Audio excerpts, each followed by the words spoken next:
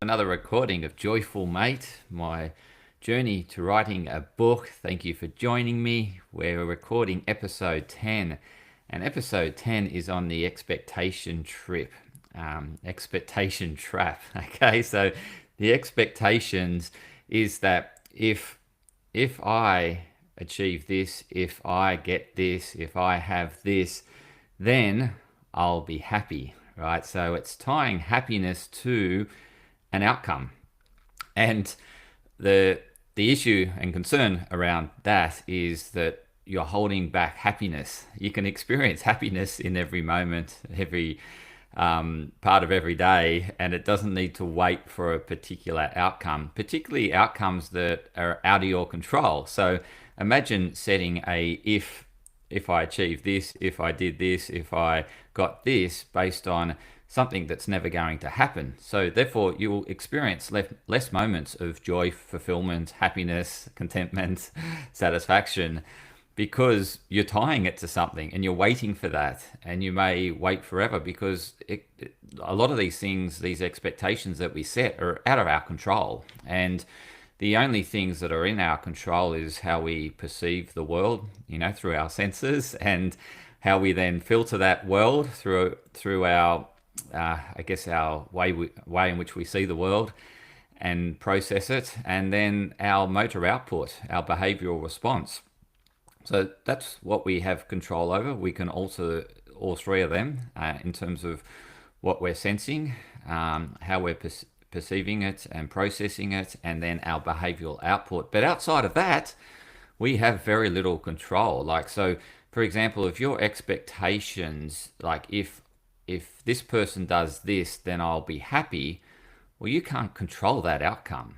That person may not do it the way you want them exactly to do it. And so therefore, your happiness is external and dependent on others, or it could be dependent on something, you acquiring something. If I get this something, car, whether it be a dress or whatever it may be, then that will bring me happiness. And you're waiting, and it therefore you lose spontaneity and momentarily happiness because you're tying it to an outcome that is somewhat out of your control.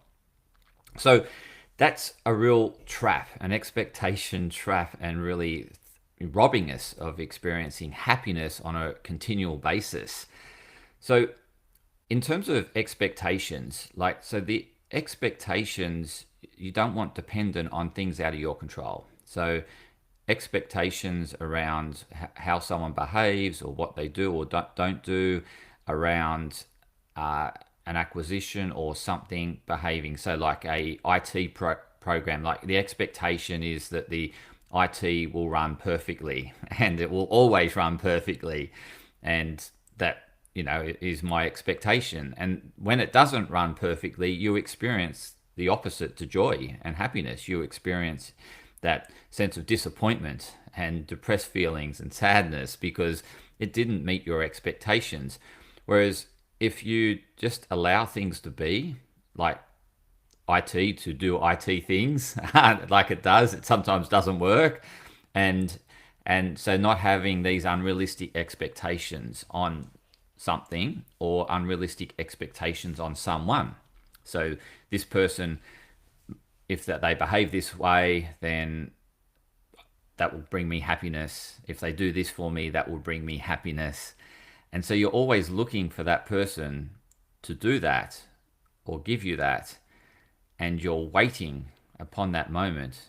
And that could be a long wait. It could be a long gap, and you're focusing on the gap between, and they may do the opposite behavior, and then you're experiencing the opposite to happiness and inner joy, which is that unfulfilled sense, that sense of disappointment, sadness, because they haven't done it. They've done the opposite to what you wanted. And the other thing is, when they do what you want them to do, but they do it in their way, then you're still disappointed because they didn't do it in your way, exactly how you wanted it. And so that's really setting up these really unrealistic expectations, totally beyond any control that you have. And so it's tied to something that is external to you and beyond your control.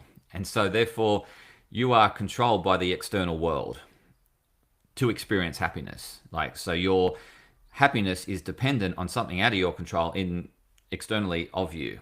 Whereas if you don't have these expectations on the external world and allow the external world to be, and to allow people to be them and not project onto them how they should be, or you want them to be, or they ought to be, or that IT or that whatever it might be to behave in a particular way, like a car should never break down, a car should never have a flat tire, and those sort of unrealistic expectations, what it does is set you up to experience more disappointment.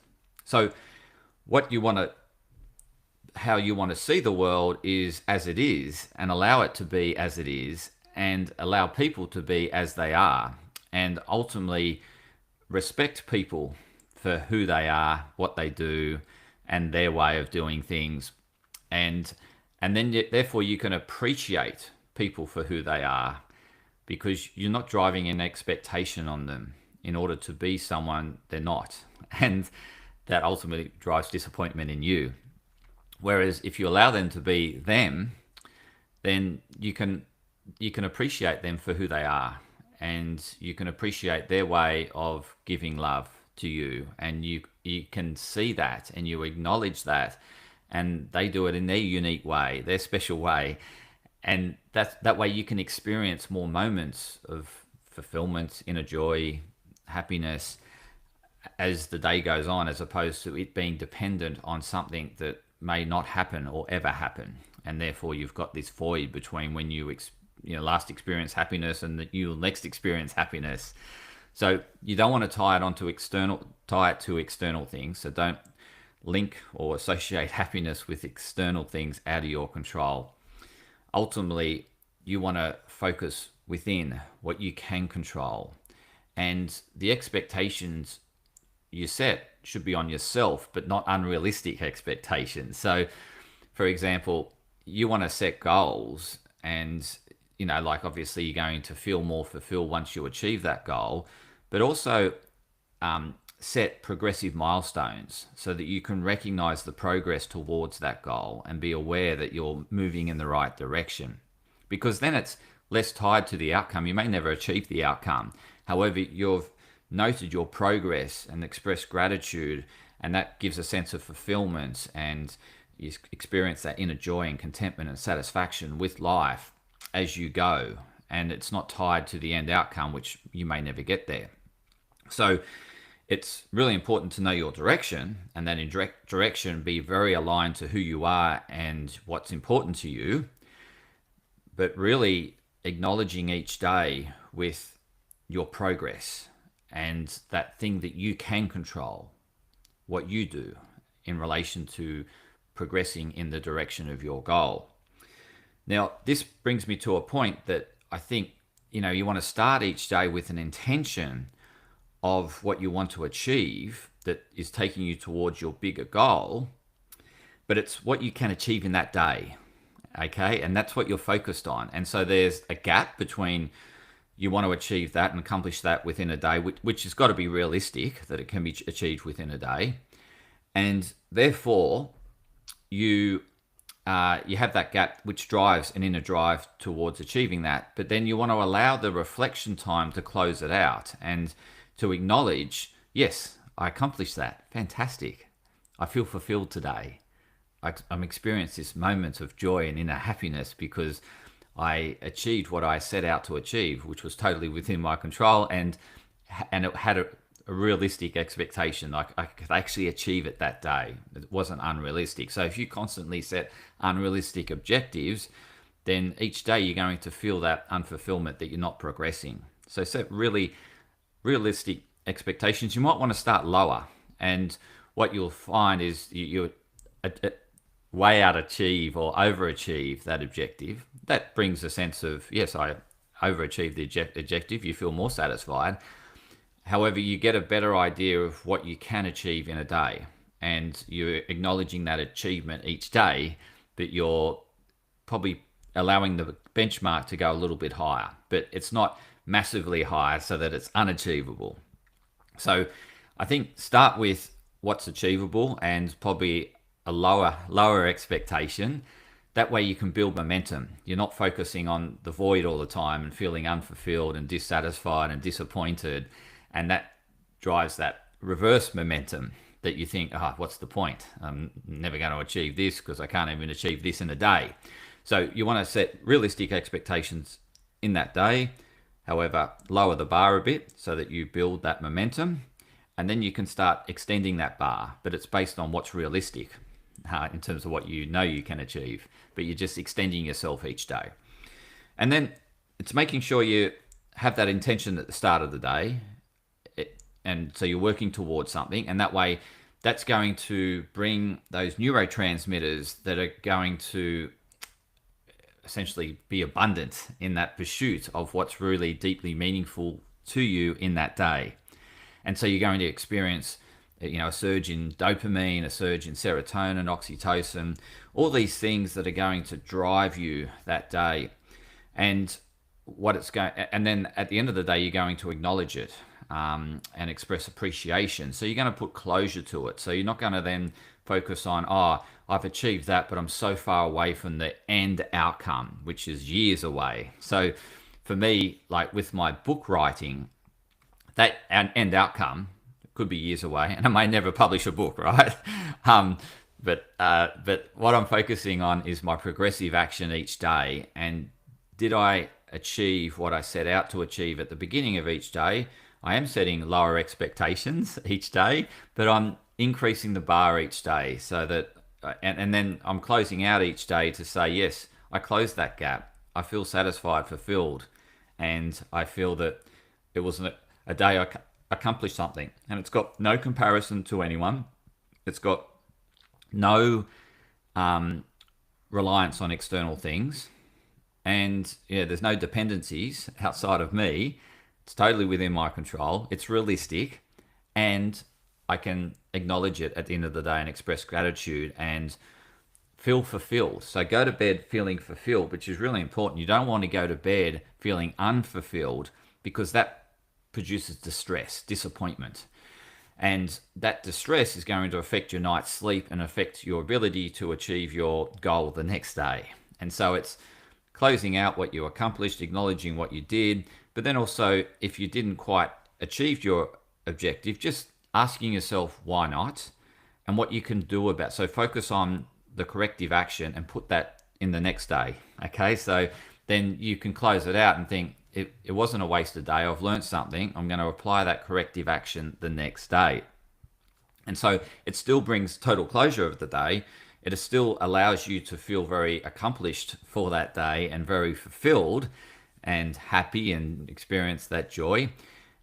You're going towards your bigger goal, and it's just doing and experiencing more periods of, like, you're really embracing the journey. You're really loving the journey, and it doesn't matter if you hit the end goal because you're enjoying the journey so much. And so that's, for me, ultimately how you want to go about this, because yes, you'll achieve the end outcome, but that will be fleeting sort of moments, like a day of sort of, showcasing your book or whatever. In my case, showcasing a book and, sharing that on social media and whatever. So, and that will feel, and maybe I'll get a bit of a buzz for a week or something, but if it's taken me 5 years to write it, then I don't want to defer my happiness and fulfillment to that couple of weeks at the end of 5 years, when I can experience joy and fulfillment all through the process of writing the book.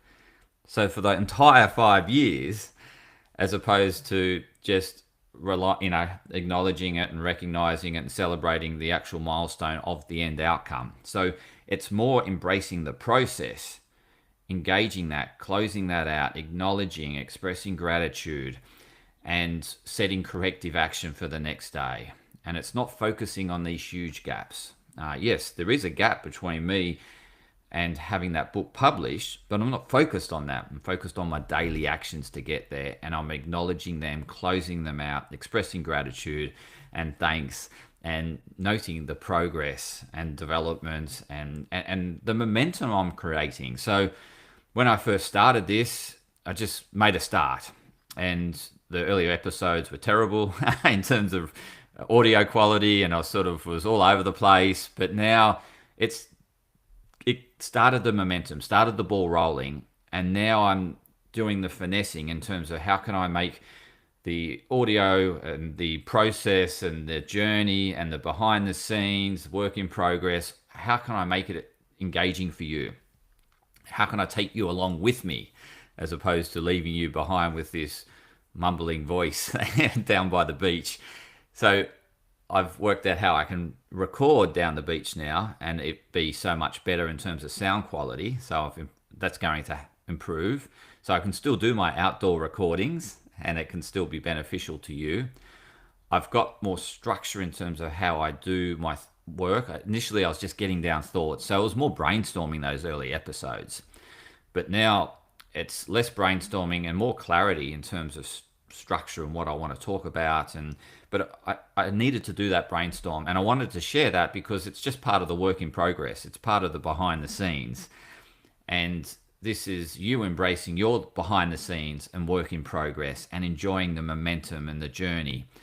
And what I found by doing that initial brainstorm and just launching into it, acknowledging it, is that it's just built this unstoppable momentum so that I'm just really enjoying the recordings. Outside the recordings, I'm reflecting and expanding my conscious awareness on happiness and what it incorporates, and then developing my framework around it. So that's happening behind the scenes as well, which I'll share some notes. Maybe I'll share some notes, post some notes about. This is probably a good idea. I can do some posts in terms of the notes I'm taking about how I'm creating structure for the book. So it's gone from brainstorming, a big sort of divergence approach, and I'm providing some sort of convergence, but it's still divergent, it's still open. I've taken some notes here in terms of how I maybe want to make it simple for the reader so that they can follow, such as, the companions of happiness and the thieves of happiness. I'm going to sort of maybe divide it into those two areas. And then I'm going to interview people because, as I've acknowledged on an earlier episode, that happiness is very individualized. And so there's broad brush definitions, but they're just a whole lot of words, right? And ultimately, this isn't about saying that if you do this, you'll be happy. It's about guiding you and directing you to find your happiness. So it's got nothing to do with me. You listen to these episodes and you're going to be happy. It's got everything to do with the guidance and the direction I'm providing, but you've got to find it in your unique way because you're special and unique. So I'm going to interview others. It's going to be all sorts of interviews with anyone because anyone can talk about what makes them happy. And I'm going to collate a whole lot of information in terms of these conversations. It will expand my conscious awareness on happiness as well, because I'll see it through other people's eyes. So yeah, I'm going to start doing some interviews. So beyond this, I think this is episode 11 from memory, that you'll start to have these interviews and you'll hear from others about happiness and what it is for them and what it's not. So it won't be just me, but I'm obviously going to continue to share my insights this is how I'm writing the book, through sharing my insights. So thank you once again for listening to this episode. And as I close out this episode, I just wanted you to reflect on, don't allow the expectations and don't allow those expectations that are tied to external things to dictate your happiness. You want to dictate your happiness and you want to experience it more often than not. So don't have it tied to something in the future that's well beyond you, because you're going to wait for a long time and you're going to think that life's tough and a struggle. Whereas if you constantly acknowledge your progress, be grateful, thankful, and really enjoy and embrace that journey and allow it to unfold. And it's not, so when I say allow it to unfold, that's going with the flow. It really is, because all sorts of things are going to happen to me along this book writing adventure that are going to somewhat throw me off course, and I've got to get back on course. And so I'm I don't think this is going to be, and I know this is not going to be a linear process. It's going to be an up and down process. So, and that's why I'm sharing it, the behind the scenes, so that you can understand that with any realization of a big goal is that there's a process behind it, and there's a lot of work in progress and a lot of behind the scenes. And so this is why I'm sharing this, so that you can go on your journey and achieve goals, but in the process of achieving the goals, you can feel contentment and satisfaction along the way, as opposed to just tying it to that end outcome and only experiencing a short period of happiness. And then, yeah, so don't focus on the gap. Focus on that incremental progress that's taking you in the direction of fulfilling that gap, acknowledging your wins, and certainly being realistic in terms of your expectations about what you can achieve. And then just gradually, incrementally lifting the bar. Don't try to be a hero. So that's it for episode 11. Thank you for tuning in. Please share it with others that would find value, and continue along your happy adventure. Thank you.